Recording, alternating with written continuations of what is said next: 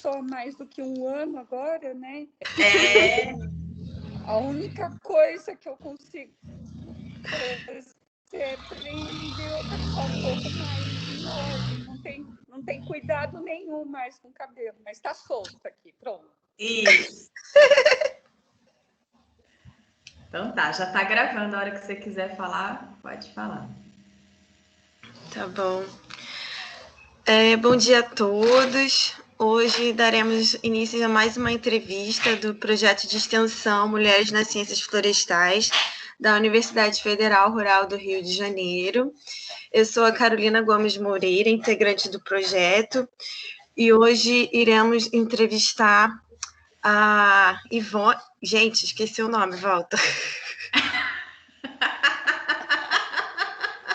Ivone, isso aí, mas o sobrenome dela é complicado. É Ivone Matsuka. Namikawa. Não. Ai, tá vendo? Ivone Satsuki Namikawa, mas diz assim só. Olha que difícil, gente. Não Calma aí. Ivone Namikawa. Pronto. Namikawa. Isso. Tá bom, Ivone Namikawa.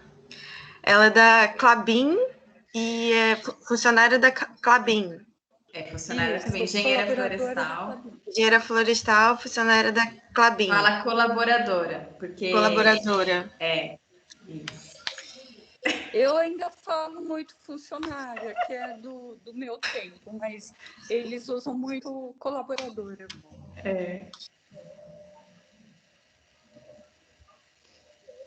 Tá vendo? Essas informações aí fugiram todas da minha mente. É Ivone Namikawa. Perfeito. Tá. Namikawa. Show. Me desculpa, mil desculpas, Ivone. Pela minha falha. A Renata edita tudo isso depois. Essas coisas ela corta. Falha nossa. Volta. Respira. Bom dia a todos. Hoje daremos início a mais uma entrevista do projeto de extensão Mulheres nas Ciências Florestais, da Universidade Federal Rural do Rio de Janeiro. Eu sou a Carolina Gomes Moreira, integrante do projeto, e hoje iremos entrevistar a Ivone Namikawa, colaboradora da Klabin Engenharia Florestal. E quem vai fazer a entrevista é a professora Cláudia Moster, da Universidade Federal Rural do Rio de Janeiro. É com você, professora.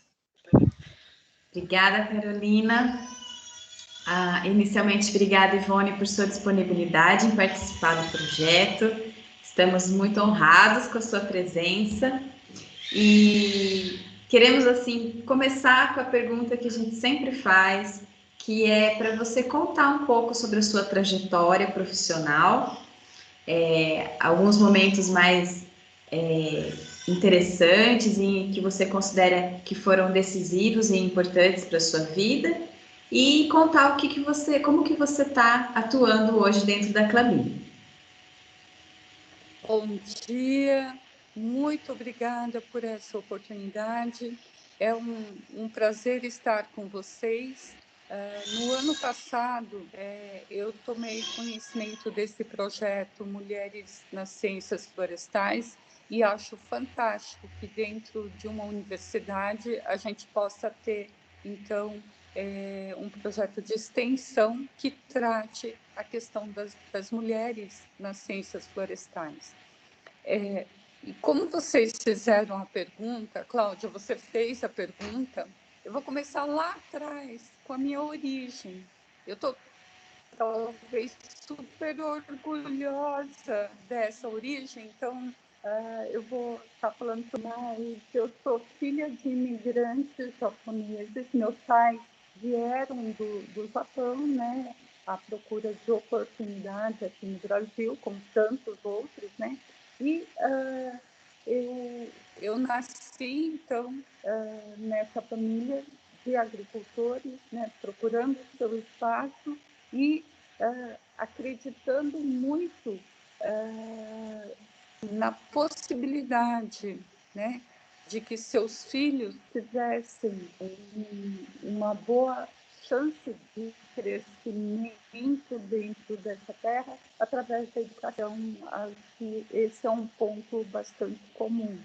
E meus pais fizeram isso. Mas como eles estavam na agricultura, né, e a minha infância foi toda pontuada, né, vivendo dentro daquelas culturas que meus pais, né, trabalhavam, batata, tomate e depois floricultura, né, eu acabei me direcionando para alguma profissão que estivesse dentro, né, dessa possibilidade de contato com as ciências agrárias, provavelmente muito mais com essa questão do uso do solo, né, da possibilidade de crescer coisas, né, a partir do solo. E isso fez com que eu acabasse no vestibular para o curso de engenharia florestal.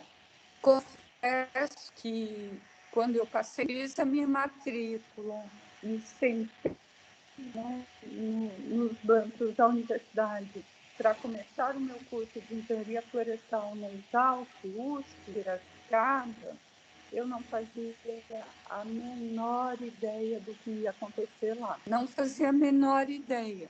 Gente, e é a mais pura verdade, porque eu não tive a oportunidade de estar lá antes. Naquela época, a gente não tinha aquelas feiras de profissões para entender um pouco cada profissão fazia, né? Mas, começando na universidade, primeiro eu me encantei com a Exalc, como todos se encantam, né? Eu me encantei com a Exalc, com aquela vida universitária, mas também teve algo muito marcante, né, nesse primeiro semestre, que é um curso na Exalc que, na época, tinha o nome de Introdução à Engenharia Florestal, né? E como toda disciplina, né, dos primeiros semestres, tinha as aulas teóricas e as aulas práticas.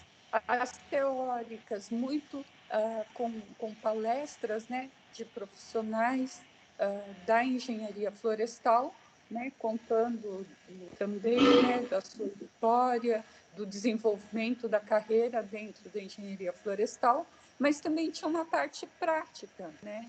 E nessa parte prática, a gente ganhava um pequeno que era 1 por 1 na escola, e naquele 1 por 1 nós tínhamos que produzir mudas de espécies florestais nativas, né?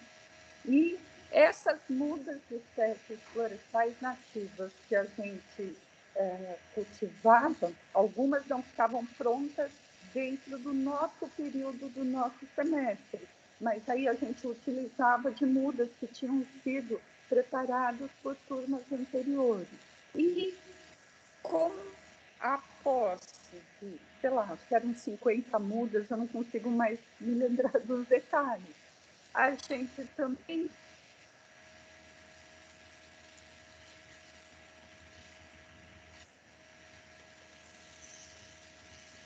do prédio das ciências florestais. E a gente iria lá para enriquecer a matinha. Aquilo me fez assim pensar o quanto a questão de manter aquelas florestas era importante.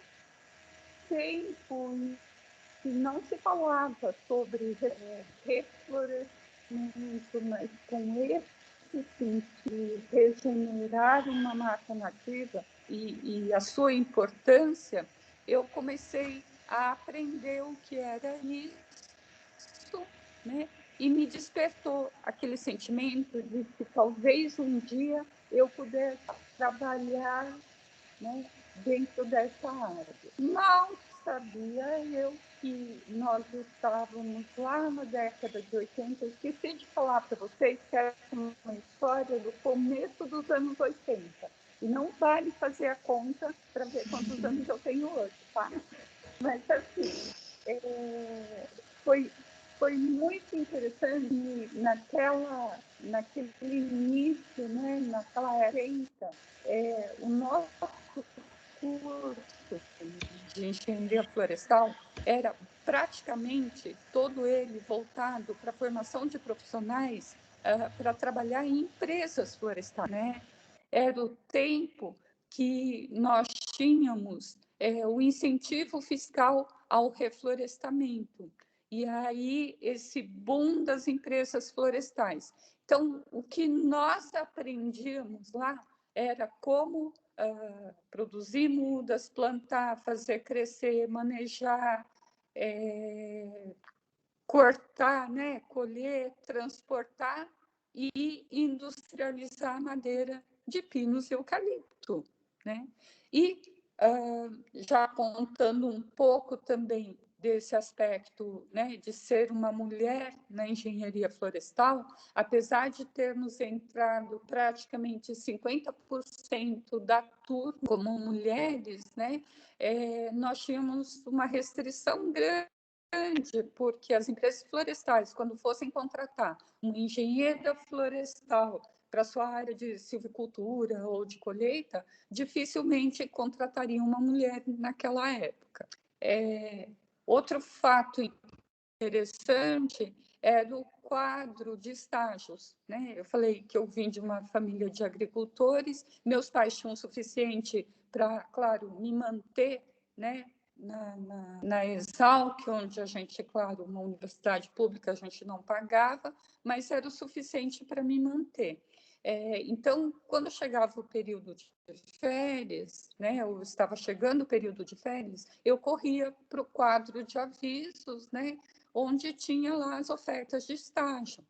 E, claro, as ofertas de estágio, né? 2 vagas para a empresa tal, oferece isso, aquilo, precisa ter conhecimento em, sei lá, produção de mudas. E lá embaixo, né? Na última linha, vinha ofertas para, né, alunos do sexo masculino. E as desculpas eram muitas. Eu descobri isso porque depois, quando eu estava no 3º, 4º ano, eu entrei para a comissão de estágios, né? E eu descobri, no contato com as empresas, que as empresas tinham dificuldade, porque, sei lá, iriam colocar o estagiário no meio, né, de uma turma de trabalhadores que eram todos homens. Eles iam ter que arranjar um alojamento em separado se tivesse uma estagiária mulher, né? Uma série de questões que eles levantavam como dificuldades. Então, eles colocavam aquilo, né? Estágio para o sexo masculino. Então, eu tive que ir escolhendo, e eu precisava fazer estágio, eu tive que ir escolhendo, né, os estágios que eventualmente apareciam, né, e que aceitavam alunas. Do primeiro para o segundo, esse é uma história bem interessante, né? Eu fui fazer estágio no Instituto Florestal na época que tinha as diferentes estações experimentais, né, plantadas com pinos, eucalipto, mas que tinham algumas parcelas de florestas nativas. E nesse lugar que eu fui, era uma estação experimental dividida em 2 fazendas, onde eles faziam a colheita, né, dos frutos nas diferentes parcelas e precisava beneficiar aquelas sementes. Durante 2 meses, eu e um colega passamos 2 meses beneficiando sementes de diferentes espécies nativas. É aquela famosa coisa, né, do escraviário, é assim que o pessoal fala. Então, a escraviária aqui passou por várias coisas assim, mas, é claro, tudo isso, de alguma forma, né, acaba, talvez, acrescentando na experiência de vida. Então, isso, assim, para falar um pouquinho, né, sobre essa experiência, então eu acabei fazendo sempre estágios eu fiz em empresas também, mas eram estágios onde algumas empresas já um pouco mais avançadas, né, faziam grupos grandes de estagiários e os estagiários percorriam as diferentes áreas da empresa. Então, não era assim muito específico e eles tentavam arrumar, então, pensionatos, pequenos hotéis, onde eles pudessem, né, alojar esses estagiários. Eu me formei, esqueci de falar aqui, pensando nessa coisa de precisa se formar e trabalhar de imediato. É claro que eu procurei uma área dentro da engenharia florestal que pudesse uma empresa empregar uma mulher, né? E naquela época eram bem restritas essas áreas. Uma das áreas era a pesquisa florestal e eu acabei direcionando parte, né, das minhas disciplinas de graduação para melhoramento genético, que é onde eu sabia que já tinha uma ou outra mulher em alguma empresa florestal, né? Posso citar a Maria das Graças, ex lá da Universidade Federal de Viçosa. Ela é uma das pessoas, né, pioneiras nessa área, trabalhava com eucalipto em empresas lá de Minas Gerais. A Rosilei, que foi uma colega minha de um ano anterior ao meu, que trabalhava na época na Duratex, né? E eu tive a felicidade de conhecer a Almeida, né? Mulher negra, formada no meio da década de 70, numa das primeiras turmas de engenharia florestal da Exalc, que trabalhava no Instituto Florestal. E ela trabalhava com enxertia de pinos. E foi ela que me deu a oportunidade de fazer um estágio durante a minha graduação, no meu último ano, trabalhando assim com revisão bibliográfica nessa área de propagação vegetativa. Aprendi muito, né? E eu acho que talvez tenha sido um dos aprendizados que eu mais usei quando eu comecei a minha carreira como engenheira florestal. Então, aqui também é uma oportunidade de homenagear algumas pessoas, né, pioneiras nesse setor.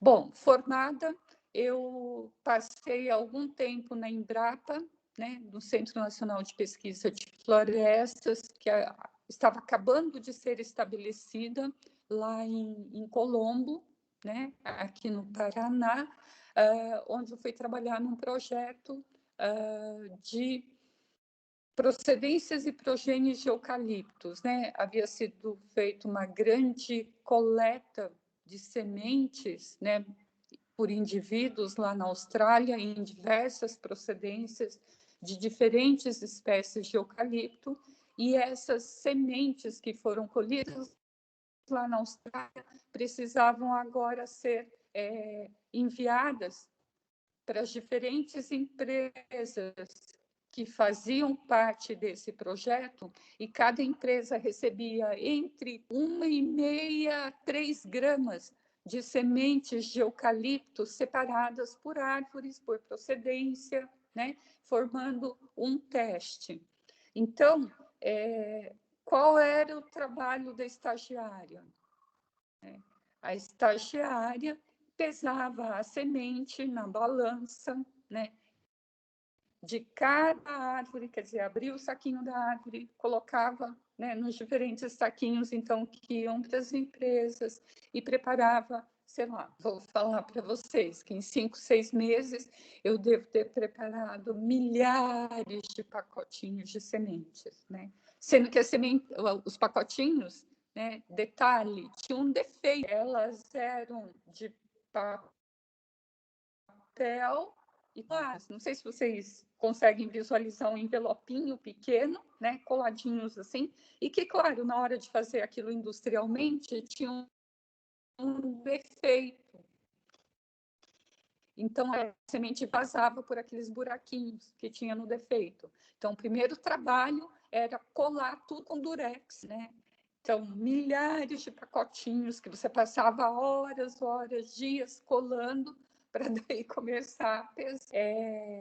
Aprendi muito, né? Toda aquela minha teoria que eu tinha em termos de testes de procedência e progênie, variabilidade genética, eu tinha a oportunidade, entre uma pesada e outra, né, ler um pouco sobre isso, aprender com o mentor do meu estágio, né? Então eu aprendi muito e eu sempre falo, quando eu tenho a oportunidade de falar com os alunos, né, em algumas aulas, tal, que a gente deve abraçar todas as oportunidades que aparecem e tirar experiências boas, né? As coisas ruins a gente já sabe que tem em todo lugar, então vamos olhar para as coisas boas e tentar aprender com as coisas boas. Bom, 5 meses depois, a Klabin me contactou exatamente por causa disso, de procurar disciplinas, né, que eram na área de melhoramento genético, de ter feito esse estágio. A Klabin me procurou porque eles precisavam, né, de uma engenheira florestal para trabalhar na área de melhoramento genético, né? E a Klabin era uma daquelas empresas que trazia lá. Não aceitamos mulheres, tal. E no dia até que eu fui conhecer, o diretor florestal na época me explicou que eles não pegavam, tinham uma pensão, né, um alojamento, onde eles tinham técnicos florestais, engenheiros florestais novos que chegavam, e os estagiários ficavam lá naquele mesmo lugar. E não haveria condições para uma engenheira florestal mulher ser alojada, né, naquele alojamento. E ele me explicou que agora ele poderia até considerar a minha contratação, porque eles tinham uma república, né, onde eles alojavam professoras, né, daquele núcleo habitacional, e na época uma enfermeira, e aí eles poderiam me alojar nessa casa. Então eles poderiam até considerar a contratação de uma mulher. Depois de uns 3 meses eu fui contratada, né? E eu trabalhei praticamente de 85 a 2000 como uma pesquisadora em melhoramento genético. Né? Esse foi o meu início, né, na minha carreira como engenheira florestal. Desafios da época. Sim, fui a primeira engenheira florestal mulher contratada na Klabin, no meio, sim, de trabalhadores, na sua grande maioria, né, de homens. Eu acho que onde nós tínhamos maior contingente de mulheres era no viveiro florestal, né? Mas todo o restante, inclusive lá na pesquisa florestal, eram de homens. A gente tinha algumas mulheres trabalhando lá, mas no nosso viveiro de pesquisa e no nosso laboratório de micropropagação, né? Então, existiram dificuldades? Eu acho que sim, existiram dificuldades, mas naquela época a gente não discutia muito, né? Era mais como se fosse uma coisa até natural. Eu comecei a aprender, né, que é importante sim discutir, é importante a gente começar a mudar a forma de pensar a cultura há alguns poucos anos, né? Então, eu desenvolvi muito a minha carreira assim, coloquei, né, uma quinta marcha e vamos lá, né? Então, procurei basear naquilo que eu considerava minhas competências e a minha capacitação. A partir do ano 2000, eu assumi a coordenação da área de pesquisa, que depois também englobou desenvolvimento, qualidade e ambiência. Foi quando, pela primeira vez, depois de 15 anos, eu comecei a ter algum contato com a área de meio ambiente da Klabin, né? E que me levou para um caminho, né, de trabalhar com a certificação florestal, porque eu coordenava o processo de certificação florestal conhecer o FSC, Forest Stewardship Council, né, que era a nossa certificação de manejo florestal, e oportunidade, né, depois de poder, inclusive, atuar como representante da Klabin dentro dessa organização, que eu posso falar mais tarde. Em 2010, eu assumi o desafio de começar a pensar a questão da sustentabilidade na Klabin. Nós não tínhamos uma área de sustentabilidade, nós começamos, então, tentando pensar em uma estratégia de sustentabilidade para a área florestal, né? E pensar, inclusive, em como seria a governança de uma área de sustentabilidade. A Klabin é conhecida e já era na época conhecida como uma empresa que trabalhava sempre com respeito ao meio ambiente. Nós tínhamos uma grande área, como temos até hoje, né, de matas nativas preservadas, entremeadas aí aos plantios florestais. São mais de 42% da área total, né, da empresa com áreas nativas, mas pensar a sustentabilidade, né, como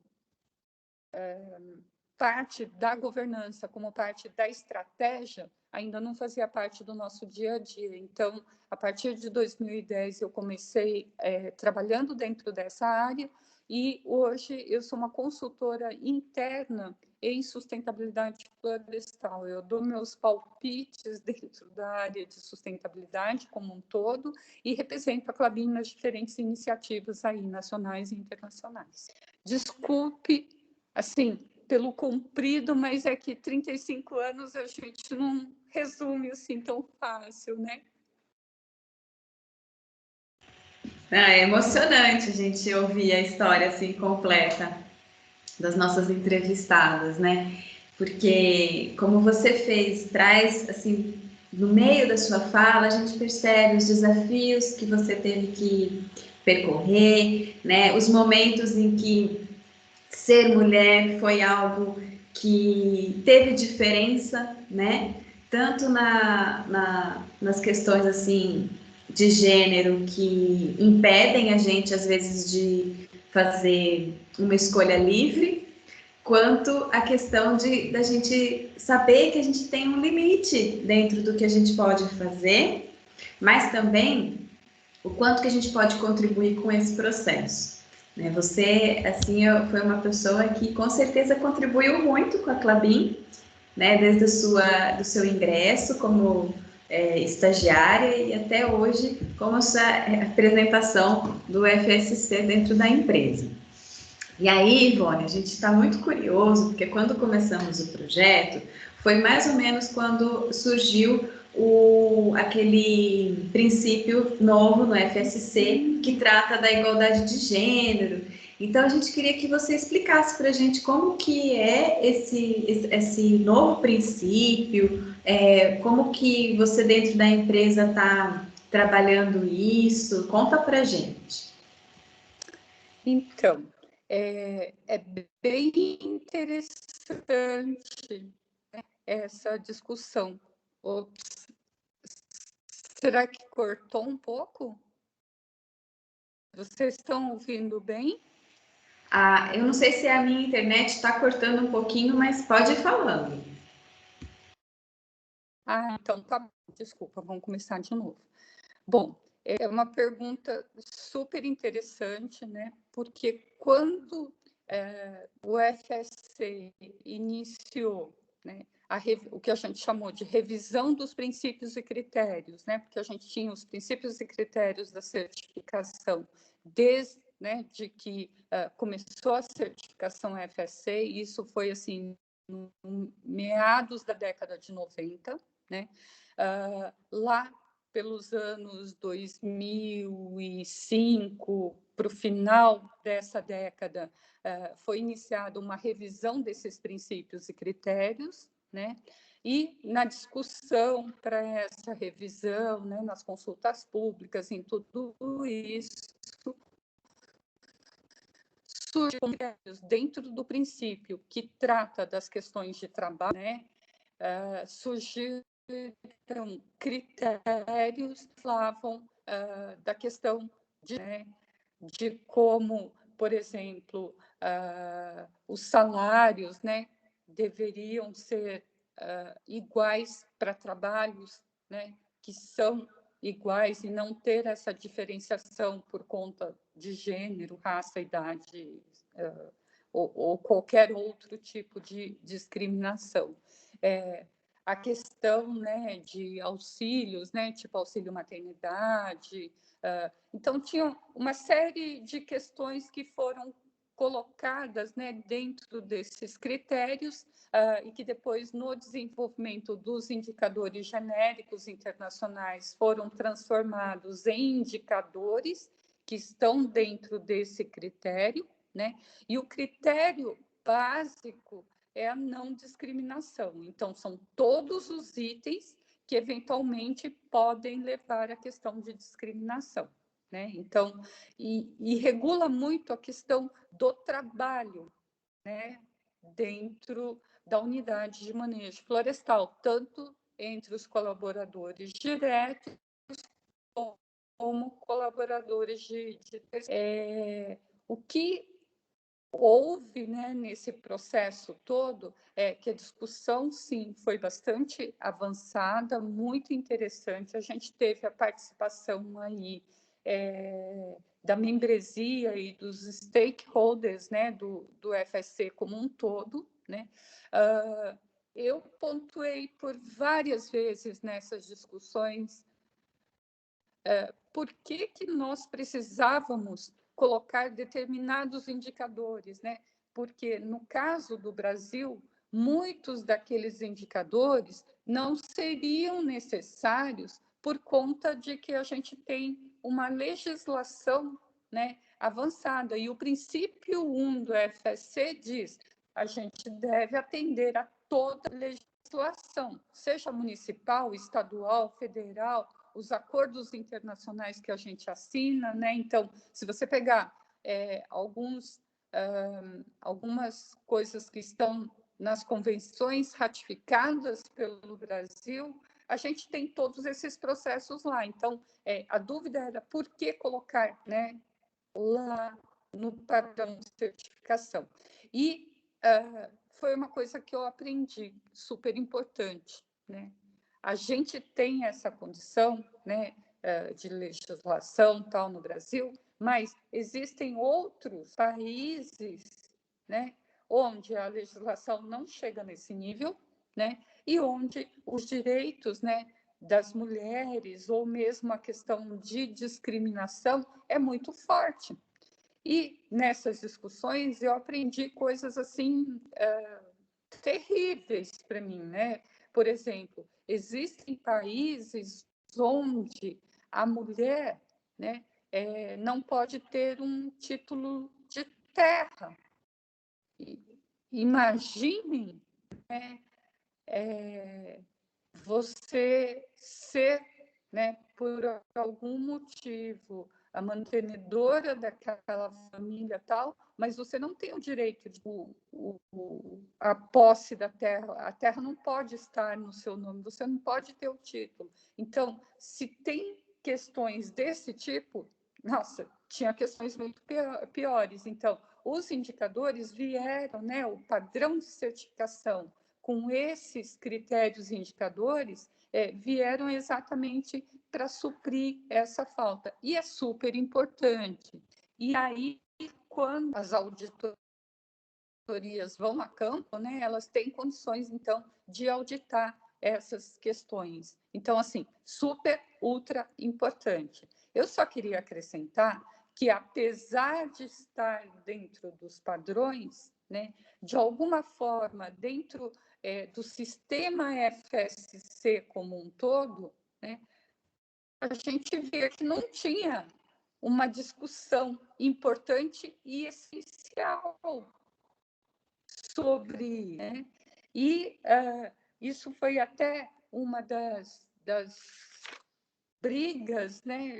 Eu costumo falar brigas, tal, mas foi uma das questões que foram levantadas durante uma Assembleia Geral, né, que fez com que o FSC, como organização, o sistema de certificação, as unidades certificadas, tal, mas olhasse para dentro da organização e dissesse, espera aí, como é que a gente vai tratar isso, né? Então, dentro do board, eles criaram, então, o que a gente chama de uma pessoa, né, que está olhando esse assunto dentro da organização. Foi criado um comitê, né, entre os colaboradores do FSC, né, no seu escritório central, e, né, eu faço parte do board. Nós temos uma pessoa que é esse link, que é a Linda Finberg, lá da Austrália, mas que tem me ligado direto para que eu possa, né, estar junto com ela nesse processo todo, né? Agora nós temos, parece que antes, nós tínhamos uma pessoa que, pega fulana aí que não está fazendo nada. Sabe que isso já aconteceu em vários lugares, eu já vi isso acontecer. Tá bom, tem que discutir, vamos discutir. Põe lá a Cláudia, né, não está fazendo nada de importante. Pega lá a Renata, né? Então, assim, sabe aquela coisa de acabar colocando meio que de lado, porque aí você pode ir empurrando com a barriga, né?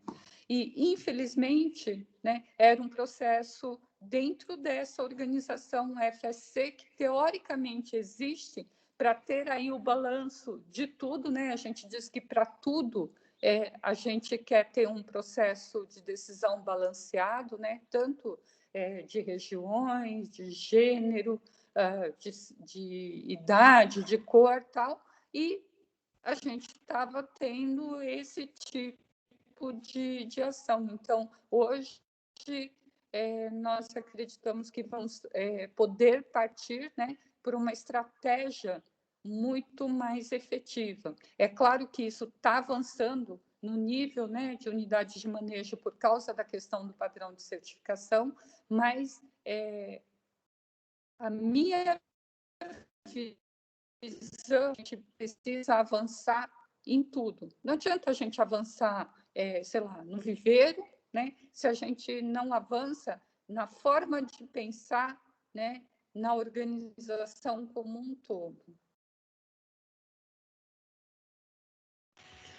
Ótimo, muito esclarecedor.